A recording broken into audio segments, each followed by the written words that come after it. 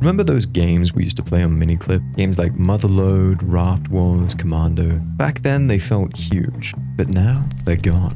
Unless you know where to look. Today I'm revisiting 9 of the most legendary Miniclip games from back in the day to see just how they hold up in 2025. Starting off with Raft Wars. This game brings me back so many memories. I remember being in primary school, or elementary school for my Americans out there, and trying to sneak in a game or two during math class every morning. The game is a turn-based artillery shooter, kind of like Angry Birds, except you're playing as children on inflatable pool toys. The game starts off with us discovering treasure on some desert island paradise, and the next thing you know, we're having to fight off all sorts of robbers who are trying to take it from us. Pirates, Vikings, gangsters, Japanese gangsters. It's extremely creative. The game also has a lot of little touches that give it character, like this kid combing his bald head even though he only has one strand of hair, or something simple like this random giant hippo in the water, acting as an obstacle for your shots. And then there's the music.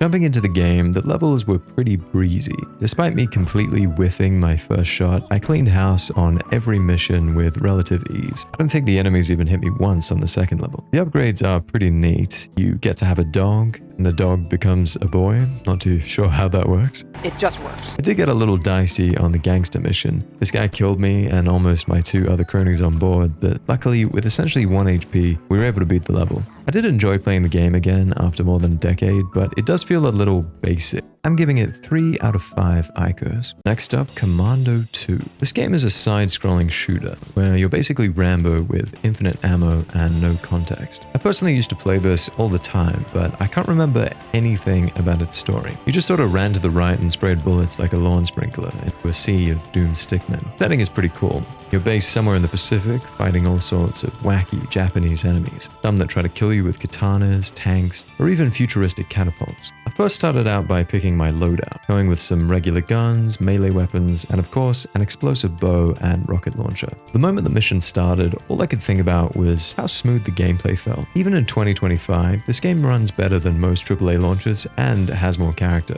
I particularly loved the little details they added, like this mini-boss that commits seppuku after you beat him, or this creepy old Japanese man just staring at me. It makes the game feel alive. The bosses are also pretty neat. The first one you encounter is this giant catapult called Sling Raider. It's a easy fight, but the boss is just so ridiculous, it makes it very memorable. I tried playing through the second mission and got most of the way through until I fell into a pit of slime that insta-killed me and sent me back 10 minutes, meaning I'd had enough. I'd give this Japanese war sim 4 out of 5 Icos.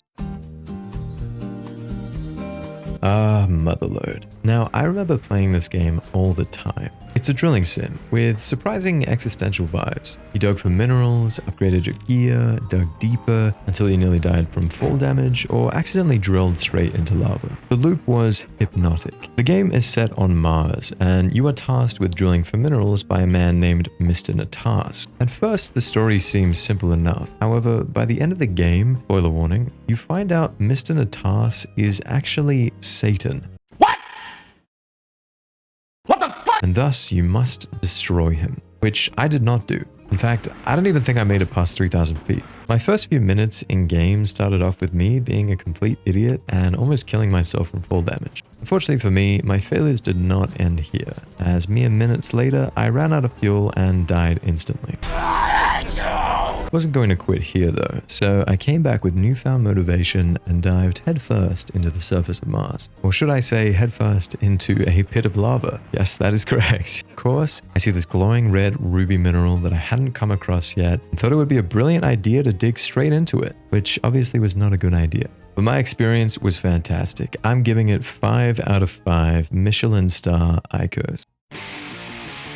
Heli Attack 3. I'm going to be honest with you guys, I have very nostalgic memories of this game, and frankly, it did not live up to it. The crux of the game is essentially man versus helicopter. You're one dude against an entire army of choppers, except to keep it fair, they only send one out at a time. Now, my biggest problem with this game is its weapons. You're given a range to use. Rocket launchers, Demo Man style grenade launchers, pistols, machine guns, futuristic guns, they've got it at all, but every single one just feels weak, like they have no weight to their shots. I have very fond memories of the weapons in this game from when I was a kid, but outside of the railgun, this time around, the weapons just didn't grab me. Maybe it's because I was playing right after trying Commando's delicious gameplay. I don't know, that game has great gameplay. So yeah, Heli Attack 3, not for me. I only played through a few levels before I got bored, so I'm giving this 1 out of 5 Icos. Fancy Pants Adventure. I know I've said that pretty much every game so far has character, but this one really has character. To start off with, this was the cool kid of Flash platformers. I remember as a kid feeling like this game was up there with Mario. It's not, but for a Flash game, it has a lot of charm. It's got smooth as butter movement, a stick figure protagonist with some great hair and pants, height level design, and the kind of springy jumps that made you want to speedrun before you even knew what that was. Jumping into the game, I was really impressed with how its movement holds up. I mean, really, this game is an absolute joy to play. Running around feels so smooth, the way the protagonist just flows back and forth as you glide through the level, it really holds up. I particularly love the sound effects. Hearing the jump sound or when you land on this penguin boss is just so fun. I eventually made it through the first level and was pretty keen for the second. However, I ran into this flickering map situation that essentially prevented me from finishing the game. I don't know if this is just part of the level, but everything just kept disappearing to the point where I had no idea where to go. Kind of a bummer as I wanted to finish the whole game. With all that being said, I'd still give this an easy 4 out of 5 Icos. On the Run. Top-down driving game where you run away from the cops and the single most horrifically insane AI I have ever seen in my life. These guys are the definition of unhinged. The moment you start the game, they are charging at you like you are an F1 finish line and they are Lando Norris. I'm not even exaggerating. Look at what happens when you start the game. I mean, that's not even a second to breathe, and honestly, I love it. The gameplay loop is essentially the title. Run from the cops as fast as you can and make it to the finish line. There are fuel and repair power-ups scattered around the map to help you make it, but trust me when I say this, you'll be lucky to even survive more than 5 minutes. Maybe I'm just terrible, but I didn't even reach the finish line. They just demolished me again and again and again. Bruh. The game is really fun. I don't even have any more words to say. You should just go out and play it. Easiest 5 out of 5 Icos of my life. Club Penguin. We all knew this was coming. I mean, it had to. It was basically Miniclip's poster child for its entire lifespan. I'm sure you guys all know how the game works. If not, it's an MMO where you play as a penguin. I remember absolutely loving this game. From its mini games to the outfits you could buy to, oh my god, the music. I still remember the day I convinced my parents to pay for membership, the persuasive techniques I used, the overwhelming joy when they said yes, and that unforgettable feeling of acquiring my first proper outfit, and of course, a puffle. It was incredible. Now, unfortunately, the game's servers were shut down on March 30th, 2017, but luckily, there are numerous private servers you can play on. I picked one called Club Penguin Legacy with about 40 players and jumped on. Sadly, the server had some intense moderation. I couldn't even use my custom name until a moderator approved it, so I had to waddle around like I was, I don't know, C-3PO. I first checked out some of the old stores, the coffee shop, dance club, and then of course the gift shop. The game actually gave me 500 gold to start with, so I thought I'd buy something, settling on some king's robes in hopes that it would help me mingle with the local population. I then moved towards the eastern side of town. Inside the Puffle shop, I came across a man by the name of P634104. I was taken back. Was this guy my brother? Instead of replying to me, he looked at the map, then proceeded to fast travel right in front of my face. However, only seconds later, as I was bawling my eyes out, in walked another P63. Oh shit, here we go again. Seeing a great opportunity, I tried to convince P634142 that as my blood relative, he should give me a small loan of 1,000,000 gold. However, he ignored me. I knew I was beat, so I headed for the pizza parlor, soaking in the ambience and hitting up one of my all-time favorite minigames. This one was really ahead of its time. You basically just make pizzas, but god did they look good. I was interested in seeing if there were any locations I couldn't remember at all, and I found one called Lakeside. It's a really vibey spot with a nice event board, a waterfall, a river, and a little picnic blanket. I thought I'd make some small talk and got to chatting with the people having a picnic, telling them that the Puffles were trying to overthrow us and that we need to slaughter every single one of them to curb their revolution. One guy was surprisingly on board, and we agreed to meet in the pizza parlor for further discussion. I waddled my way back there and sat on my chair, patiently waiting for my accomplice, but sadly, he never showed up.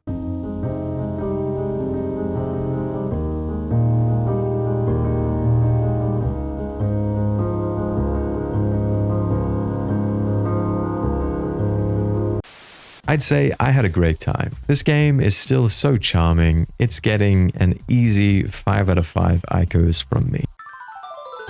Puzzle Pirates, an MMO pirate game that looked at traditional combat systems and said, what if everything was Bejeweled? That's right, every single mechanic from sword fighting to sailing to carpentry is a unique puzzle minigame, each with its own rules, pacing, and stress levels. It's quite frankly bizarre, yet I kind of find it weirdly brilliant. Now, I'll be honest with you guys, I didn't really play this that much back in the day, so I was going into it mostly blind. I made my character going with a Where's Waldo kind of fit and got straight into the game. I was instantly thrown on board a ship, and here's where I got a taste of the minigames. So to make the ship sail, everyone on board has to play a minigame. I was tasked with bilging, which as you can see here, is basically Bejeweled. At first I was like, man, really? But no, it's kind of fun. It's a nice way of making an otherwise potentially monotonous task like sailing have a bit of charm. I decided to check out the main hub of the game called Sayers Rock, and here is where I met my first actual player. His name was Frigsy, but unfortunately, much to my dismay, he was AFK. I didn't find a single other player in the entire hour that I spent with this game, so I think it's pretty much dead. I then went and checked out the clothing store, hoping to get some nice drip, but the game had some insane prices. Something like a fez, which I thought would be cheap, was over 1,000 gold. Wow. Wow!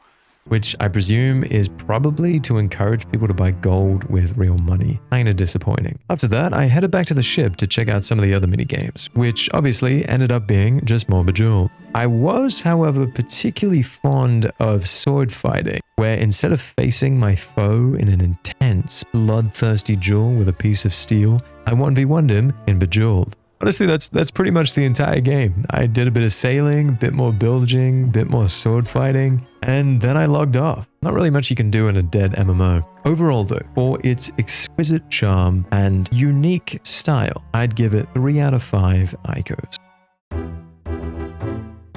I couldn't end the video without talking about my favorite game on Miniclip, RuneScape. Yes, it technically wasn't a Miniclip game, but it was on there and that's how I discovered it, so too bad. I remember finding it through a tiny banner and suddenly getting sucked into this magical universe, clicking on goblins for 1 damage, getting scammed out of my iron armor, wandering Lumbridge like it was some sacred city. I didn't understand anything, but I loved it. Now, I'm sure you guys know old school RuneScape is still around and arguably one of the most popular MMOs out there. I used to play it in 2013 when it first released, but I haven't really touched it much since. So I decided to approach the game like I would have back in 2005 when I first played, as a non-member. I jumped straight into the game and in seconds was choosing my character. I went with the old classic, bald-haired, Uniqlo Aerism oversized tee, and of course Levi 501 in a dark blue shade. I was particularly impressed with how much you can change the client now with RuneLight. Instead of having this depressing black skybox, you can make it into a real blue sky, even extending the draw distance so you can see faraway islands. It makes the world feel a lot bigger and I really appreciated that.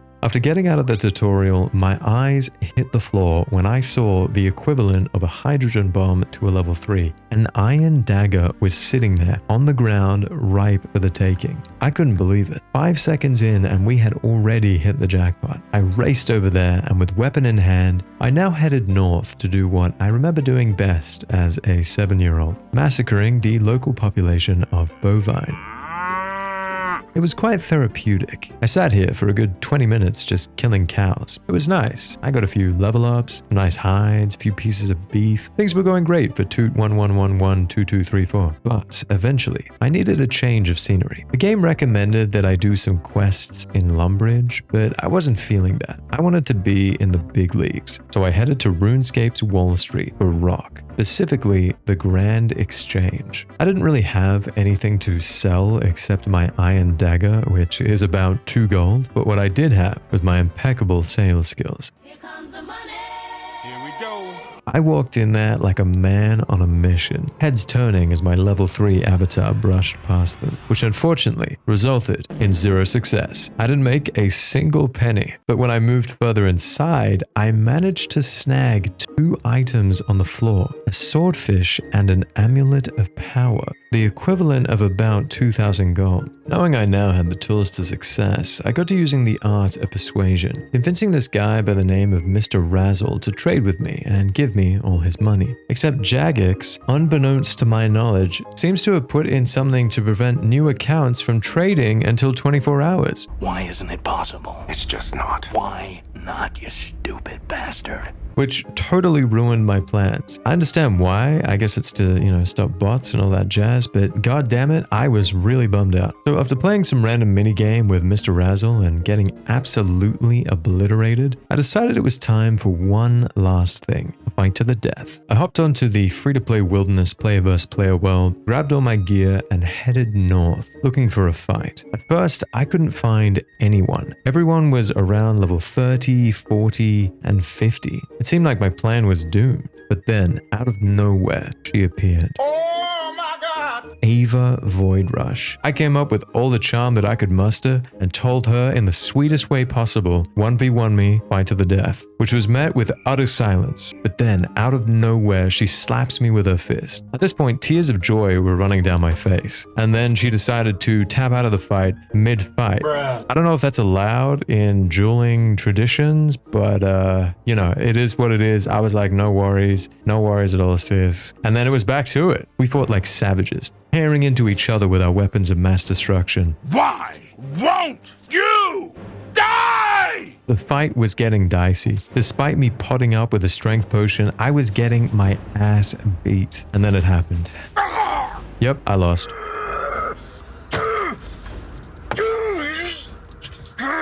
But you know what I didn't lose? My love for this game. It's an easy 5 out of 5 Michelin star icons from me. If you haven't played it, you need to try it. It's so charming. And that brings an end to our exploration of Miniclip classics. If you want to play some of these games yourself, pretty much all of them are on Steam, meaning you can go back and relive your childhood just like me. If you played any of these or something I missed, drop it in the comments. Also, this is my first video on this channel, so if you have any feedback, please let me know how I went. And with that, I'll see you all next time. Peace.